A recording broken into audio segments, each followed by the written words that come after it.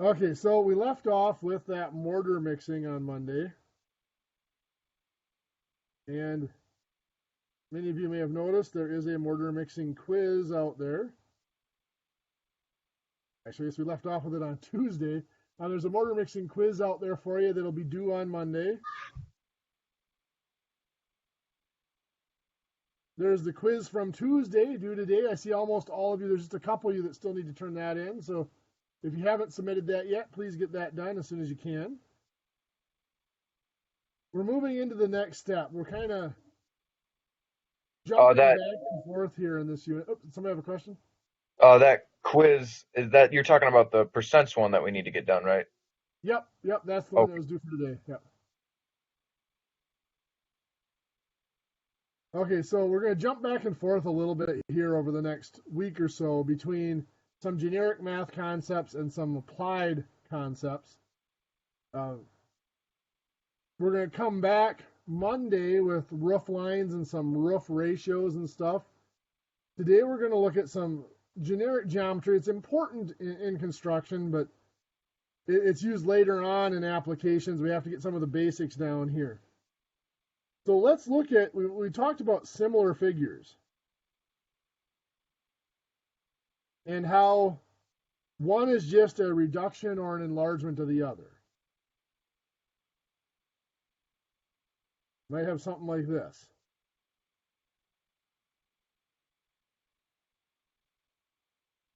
And those two look similar. And I'm going to just tell you to be thorough that those angles are the same.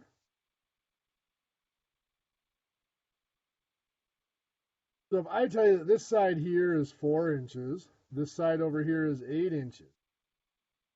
Let's say this one here is 10 inches, and we'll call that one X.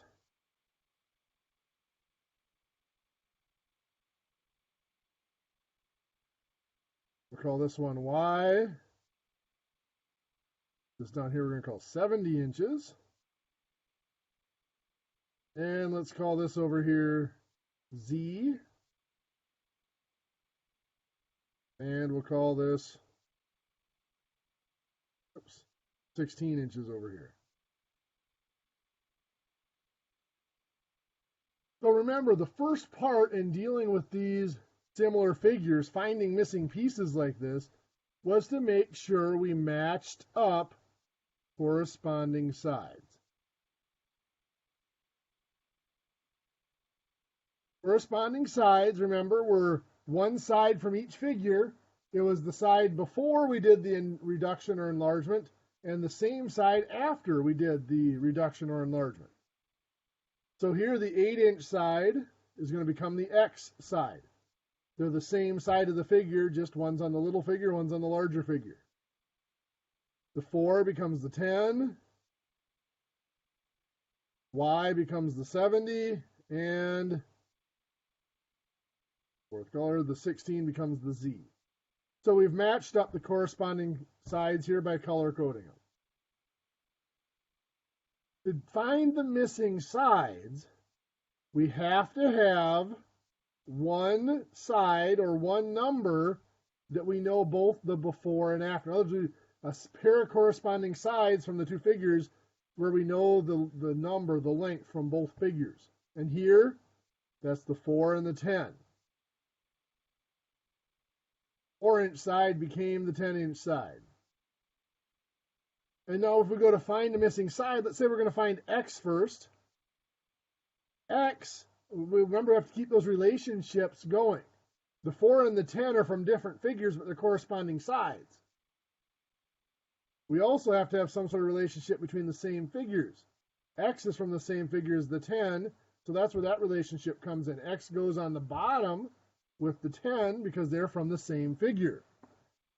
Now, this piece here has to match up both ways. It has to be the corresponding side to the X, and it has to be from the same figure as the 4. And of course, that is the 8 over here, from the same figure as the 4, and it corresponds to the X. And we cross, multiply, and divide to find that missing length. 10 times 8 divided by 4 gives us 20. X is 20 inches. And we keep going to find our other missing links. We're going to keep using that 4 to 10, that before and after, that pair of corresponding sides that we know both of. Now I may say, well, could we use the 8 and 20 here now? Yes. Now that we know what x is, we've got another pair of corresponding sides. I tend to always go back to the information that was given in the problem, just because it's the engineer in me being a little bit uptight. I'm using the information given. I'm relatively sure that that's correct. And if it's not correct, then it's not my mistake if it's wrong. So I'm going to use information given to me rather than what I calculated. I'm 99% sure, probably more, that 20 is correct for x, but there's a small chance I made a mistake there. So rather than reuse my own calculated number, whenever possible, I go back to the information that was given. Like I said, then if something's wrong, it's not my mistake that I'm basing wrong calculations off of. It's somebody else's fault. So anyway, we've got that 4 to 10 is the set of corresponding sides that we were given, where we know both links. And let's say we want to find y this time. So y is from the same figure as the 4. So y goes on top. We find its corresponding side from the other figure, which is the 70. And we'll cross, multiply, and divide. 4 times 70 is 280, divided by 10 is 28. So y, 28 inches. We have one more side to go, so we're going to still use the 4 and the 10. We're going to keep that relationship. Finding z, well, z is from the same figure as the 10, so z goes on bottom. And its corresponding side from the other figure is the 16. So we'll cross, multiply, and divide. 10 times 16 divided by 4 gives us 40. So z here is 40 inches. So we found all of those missing sides, all those missing pieces, by matching up the corresponding sides and then using the pair where we know the length in both figures. And then we assume that ratio, we don't assume, it has to, if they're similar figures, that ratio has to be the same for all the other sides, other pairs of corresponding sides between the two figures.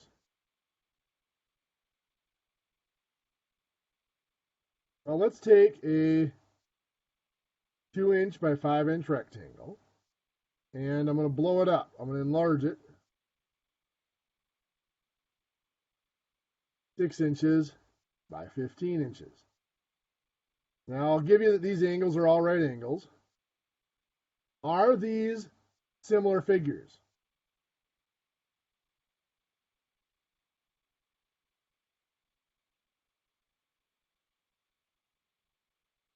Well, to tell, we would need to know if the corresponding sides had the same ratio. I'm going to assume that the 2 corresponds to the 6 and that the 5 corresponds to the 15, just because smaller side to smaller side and larger side to larger side. 2 compares to 6, 5 to 15. Is that the same ratio? Well, to figure out if it's the same ratio, we can set it up as a proportion. And remember, we said the cross products of a proportion have to be equal. So if I multiply this way, 6 times 5 is 30. If I multiply on this diagonal, 2 times 15 is 30. They have the same cross product. So yes, those are similar. So now that we know they're similar, let's look at the ratio of lengths. The ratio of lengths, we just saw, 2 became 6.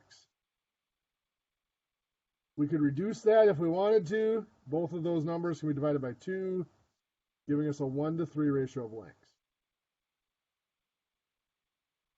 What I really want to focus on here is the area. The area of this one is 2 inches times 5 inches, or 10 inches squared. The area of this one is 6 inches times 15 inches, or 90 inches squared. So if I look at a ratio of areas,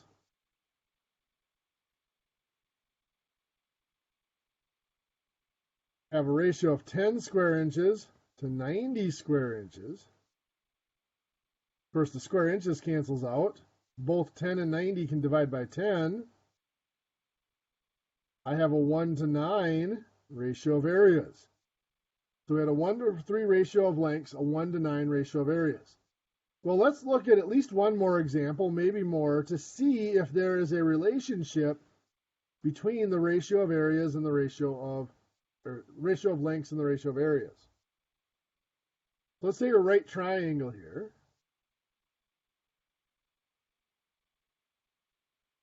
Let's say this is 4 inches by, let's go 11 inches here. And we're going to enlarge it again. And I'm going to make it simple to do this. I'm going to double each side. So this will be 8 inches. This is going to be 22 inches. So we know those are similar because we just doubled each of the sides.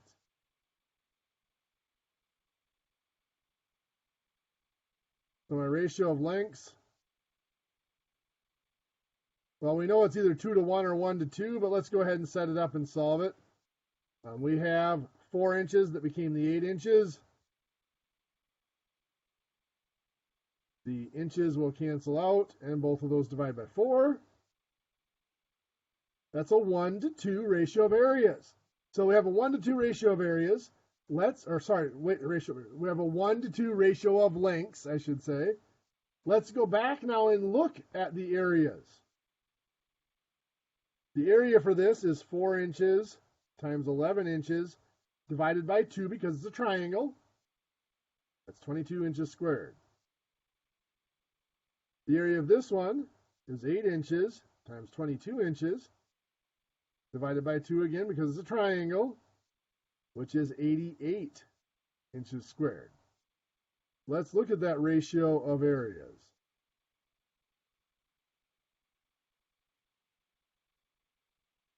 We had 22 square inches related to 88 square inches.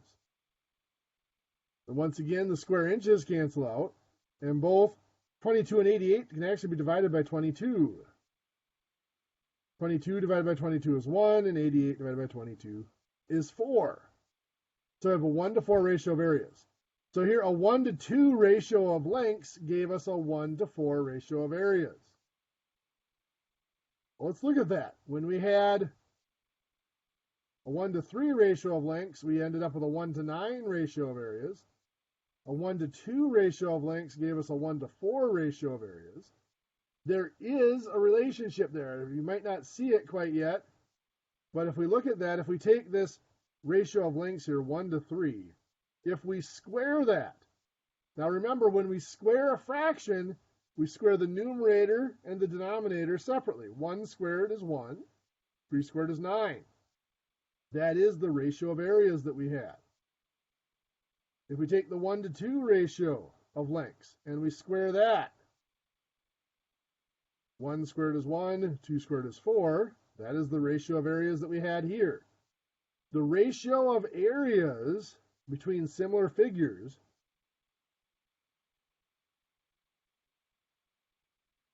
will always equal ratio of lengths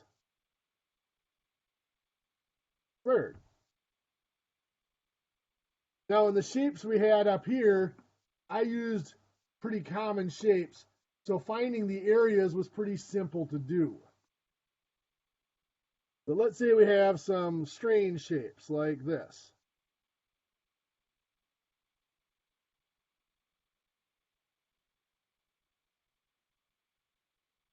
Pretend those look similar. Let's say in this shape, this is 10 inches, and in here, this one, this is 4 inches.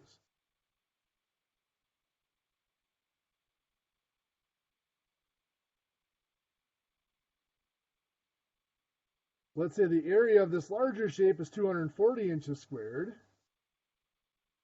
We want to know the area of the smaller shape. We'll start out with the ratio of lengths.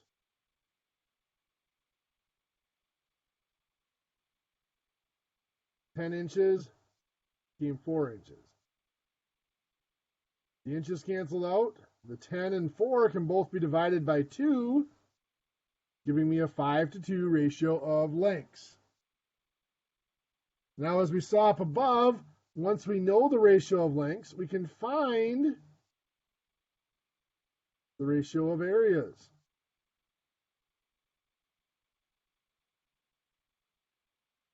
So we might have the 5:2 here is our ratio of lengths. We're going to square that. 5 squared is 25. 2 squared is 4. That is our ratio of areas. So that means we can find our area of our smaller figure. The larger figure had an area of 240, so that goes with the larger number. The 10 inches was from the larger figure. That's our top number, so the 240 goes on top with that. And we cross multiply and divide. We're going to get a decimal here. 4 times 240 divided by 25 is 38.4. This is 38.4 square inches of area for that smaller figure. So we didn't need to recalculate the area for that smaller figure. We just needed to know that it was similar to the larger one. It was a reduction of the larger one. And then we could use the ratio of areas to compare or the ratio of lengths, I should say, to compare the areas.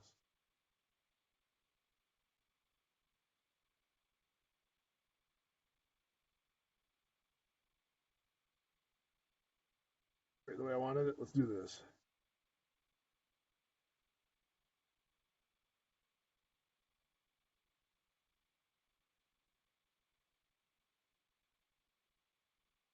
Even if we have a three-dimensional object,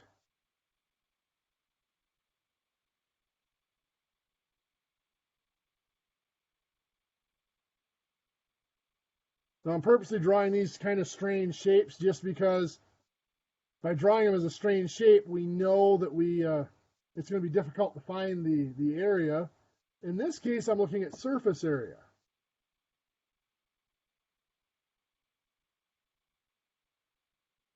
So for this one, this length here, this piece, I'm going to call it 8 inches. This piece here is 5 inches. So I reduced them slightly. This larger piece, let's give you the surface area of the smaller piece. Let's say we're looking for the surface area of the larger piece, and we know the surface area of the smaller piece is 250 square inches. Well, the key here is still the word area. Even though it's a surface area, it is still just an area. So we can take our ratio of lengths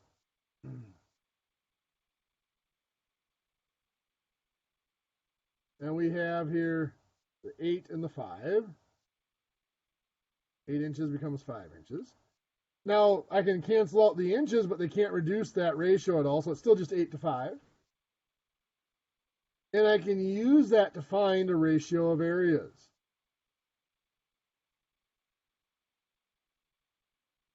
So I'm just going to take that 8 to 5. I'm going to square it.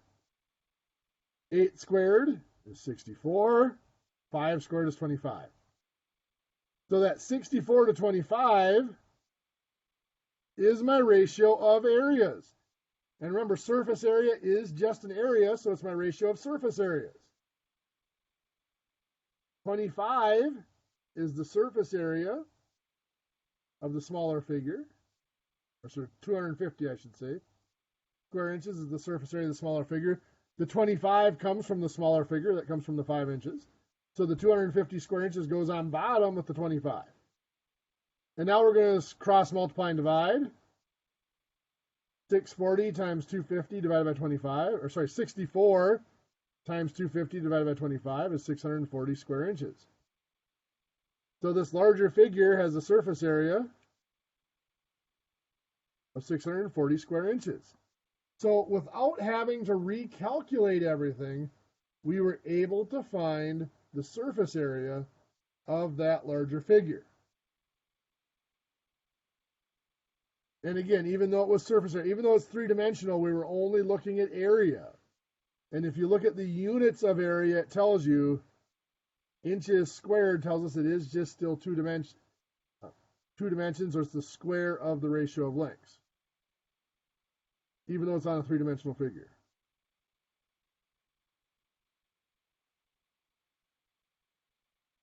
For volume, I could do some examples and show you the relationship between volume and length in similar figures, but I think you've probably guessed it at this point.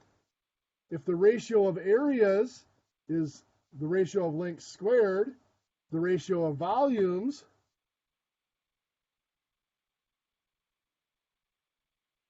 will be the ratio of lengths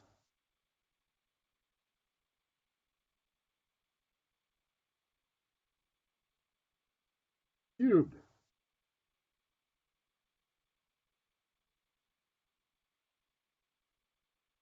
So if I have two figures, I'm going to go back to my figures from the last example here, only now I'm going to compare volumes instead of surface areas.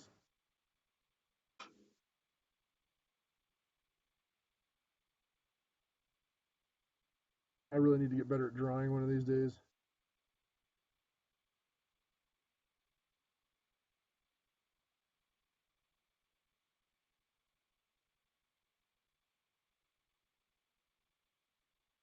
And again, this is 5 inches here and 8 inches here. Only this time I'm going to look at the volume. Let's say I know that the volume of this larger figure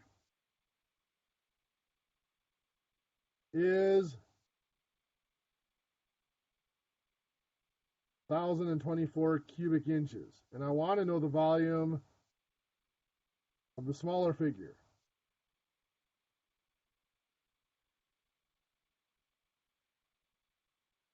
So I'm going to start out with the ratio of lengths again. 8 became 5, just like it did in the last one. 8 inches to 5 inches. Well, the inches again cancel out. That's just an 8 to 5 ratio. Now again, that can't be reduced, so we're going to be stuck using that. Now we're not looking for a ratio of areas, we're looking for a ratio of volume. And as we set up above here, the ratio of volumes is the ratio of lengths cubed. 8 cubed, or 8 to the third power, is 512. 5 cubed is 125. So that ratio, 512 to 125, is our ratio of volumes. Now the 1,024 comes from the larger figure, comes from the figure with the 8 in it. So the 8 is on top, so that's where we're going to put the 1,024 cubic inches. And we'll cross multiply and divide. This is 250 cubic inches.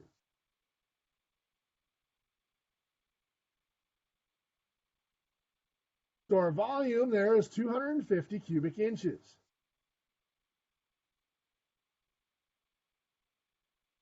Again, this was an unusual figure. It would have been fairly tough to find to recalculate the volume. But if we know the volume of one figure and we know the ratio of lengths, like we did here, we can use that to find the volume of the other figure. Let's do one more example of that before we try something a little bit more difficult. Oops, go ahead. So if I remember correctly, the cubic is always for the volume then, right? Yep, cubic means volume, yes.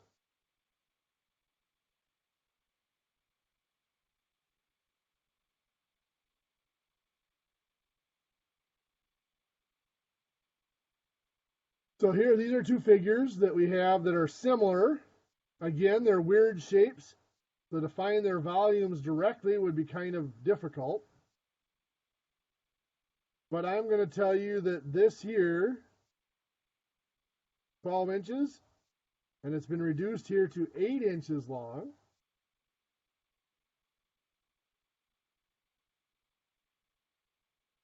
And I'm going to tell you here that the volume of this one is 1,080 cubic inches. Let's find the volume of this one.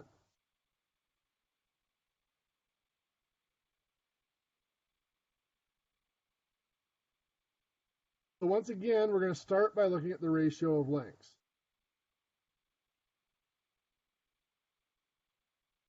That ratio, 12 became 8. So 12 inches became 8 inches. Inches cancel out. Now this time we can reduce them. Both of those numbers divide by 4. 12 divided by 4 is 3. 8 divided by 4 is 2. So we have a 3-to-2 ratio of lengths.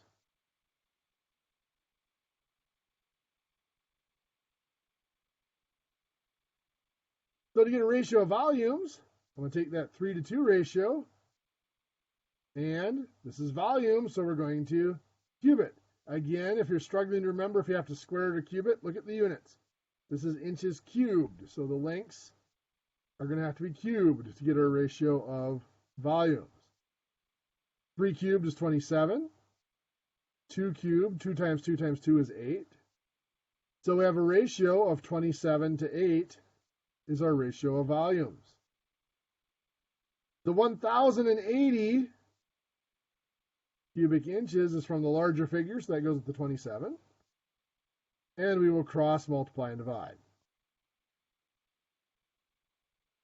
8 times 1,080 divided by 27 is 320. 320 cubic inches.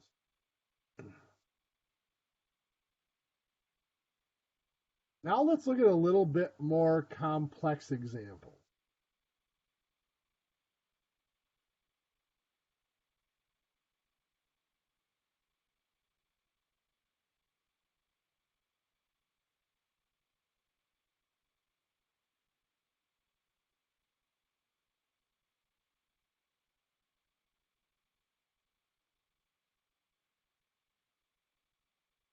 So let's say this shape here, the small shape over here has a surface area of, oh, let's see here.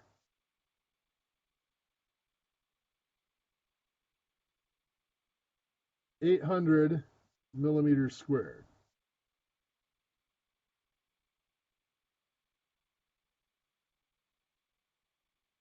This one has a surface area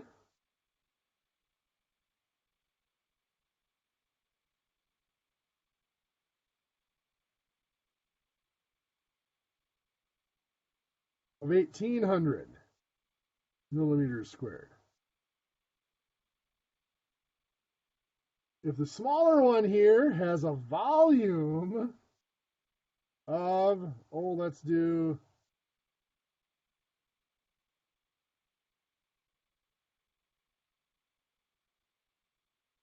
it's going to be way larger than that. Let's go 3,200 cubic millimeters. Let's find the volume of this shape. Here, we don't have the lengths, but we start out with a ratio of areas. I have the 800 millimeters squared compared to 1,800 millimeters squared. The millimeters squared reduce off. Both of those can be divided by, well, let's start out with just 100. It gives us 8 over 18, and they can still be divided by 2. Gives us a 4-to-9 ratio of areas. Now remember, the ratio of areas is the square of the ratio of lengths. So if I'm looking at the ratio of lengths,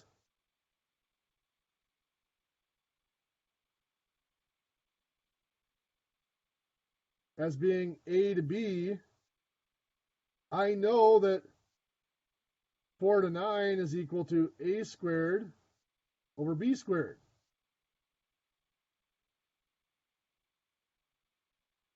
Or A over B all squared. So what I can do here to solve this is I can take the square root of my ratio of areas. The square root of 4 over 9 is the same as the square root of 4 over the square root of 9. Just like we can separate the powers, we can do the power of the numerator and the power of the denominator separately. The same with the roots. When we take the square root of a fraction, we can take the square root of each the numerator and denominator separately. Well, the square root of 4 is 2, and the square root of 9 is 3. That is our ratio of lengths, 2 to 3. Now we can look at our ratio of volume.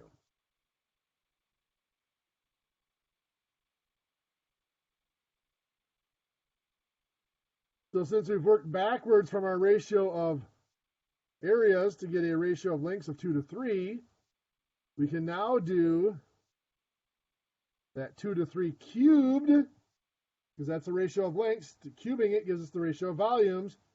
2 cubed is 8, and 3 cubed is 27.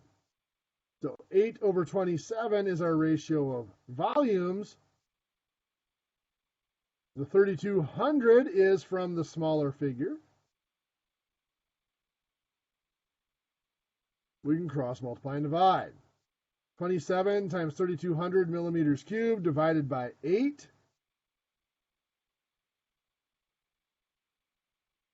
I believe that's 10,800 millimeters cubed. Let me double check here. It is. So there is our volume of that larger figure, 10,800 millimeters cubed.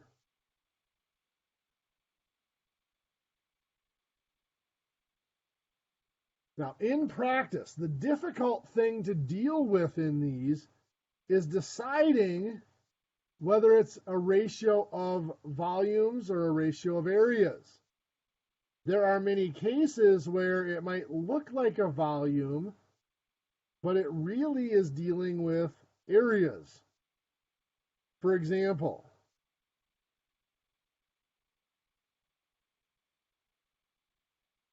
a little bit better than that, maybe a little simpler.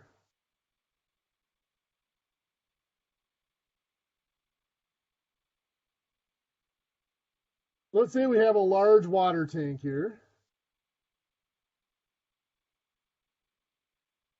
And we're going to drain this tank just using gravity feed. And we have a hose here that has 8-inch diameter. And that 8-inch diameter hose allows us to flow, to drain, let's say we're getting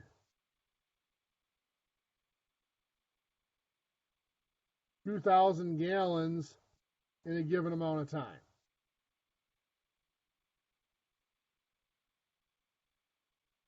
We want to change the hose, assuming that the opening on the tank is going to change as well. I want to change that hose. I want to make it larger so that instead of getting 2,000 gallons in that amount of time, I want to be able to get 5,000 gallons in that same amount of time. So I want to make the hose bigger so that the water can come through faster. Now, at first glance, this looks like a ratio of volumes because 2,000 gallons and 5,000 gallons are both capacities, and capacity is related to volume, but it's not, because what we're changing here is not a volume. Remember, a volume, changing volume requires change or changing 3 dimensions. Here we are not changing 3 dimensions. The length of that hose is staying the same. So the length doesn't change. All we are changing is the diameter. You might argue, well, that's only 1 dimension, but the diameter changes it in 2 directions. So we're only changing 2 dimensions. So this is just a ratio of areas. We're changing the cross-sectional area of that hose, making it larger so that more water can flow through it. So our ratio of Recording lengths, is on. ratio of lengths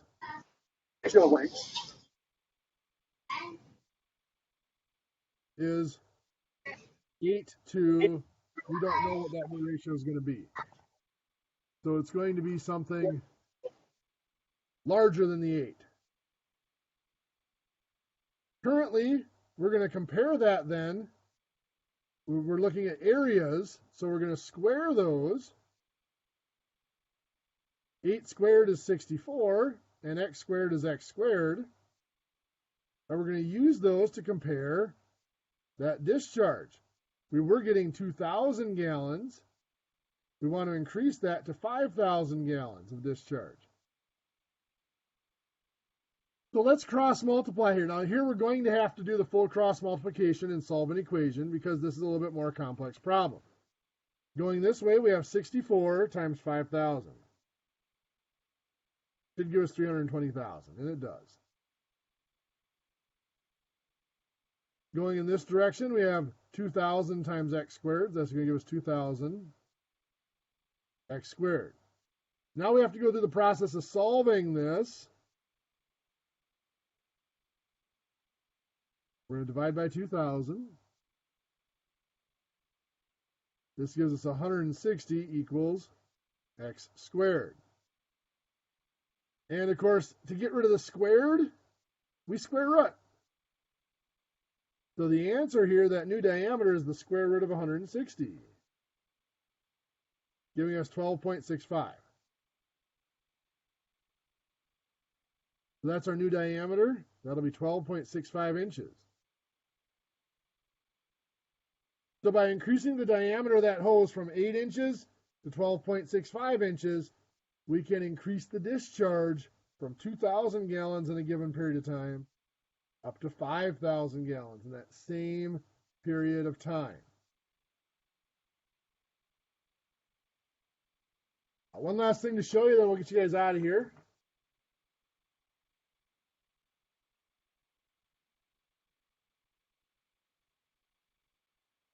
I have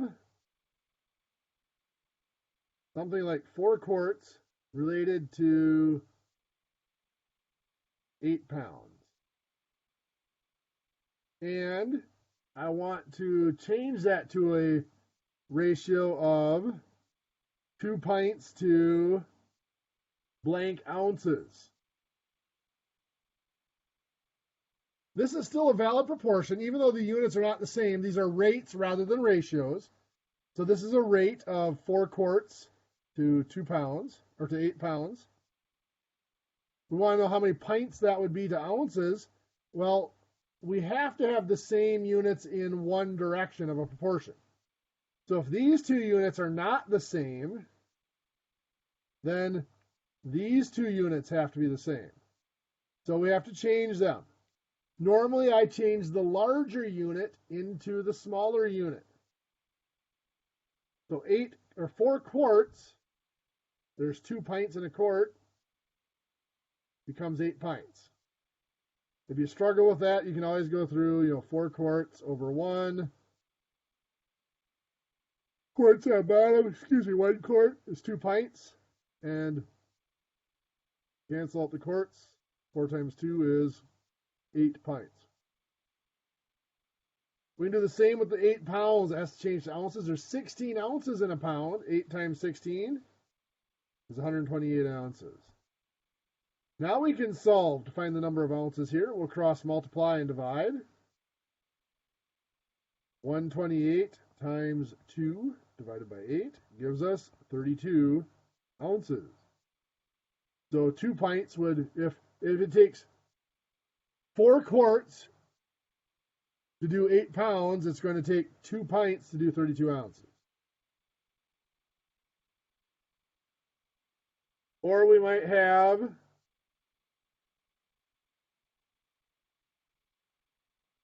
3 pounds for 14 gallons. And I want to know how many ounces that would take for 3 quarts. So again, I'm going to convert each unit into the smaller unit. So pounds are going to become ounces. There's, again, 16 ounces in a pound. So 3 times 16 is 48 ounces. 3 pounds is equivalent to 48 ounces. 14 gallons has to be changed to quarts. There are 4 quarts in a gallon. So 4 times 14 is 56 quarts. And again, we'll cross multiply and divide. 56, cross multiply the other way. 48 times 3 divided by 56 gives us 2.57 ounces for those 3 quarts. We might have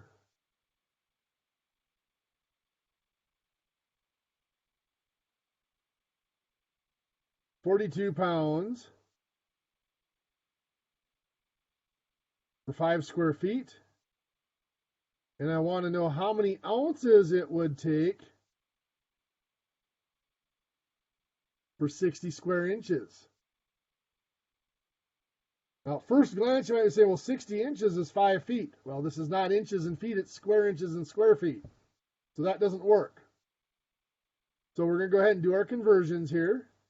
42 pounds going into ounces. Again, 16 ounces in a pound, so 42 times 16. It's 672 ounces. 5 square feet going into square inches. Remember, there's 144 square inches in a square foot. So 5 square feet is 720 square inches. And now we'll cross multiply and divide. 672 times 60 divided by 720.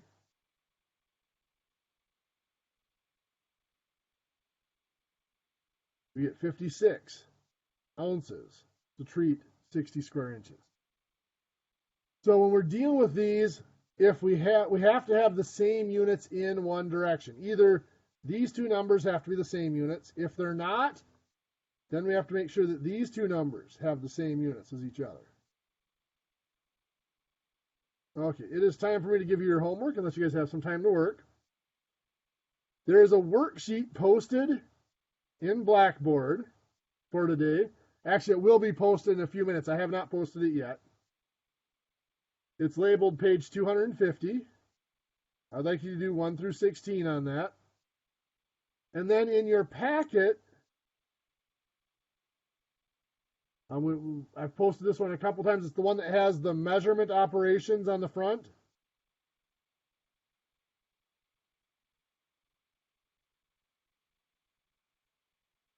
I'm actually going to have you go all the way to the back of the packet, and I'm going to have you do the last page of the packet.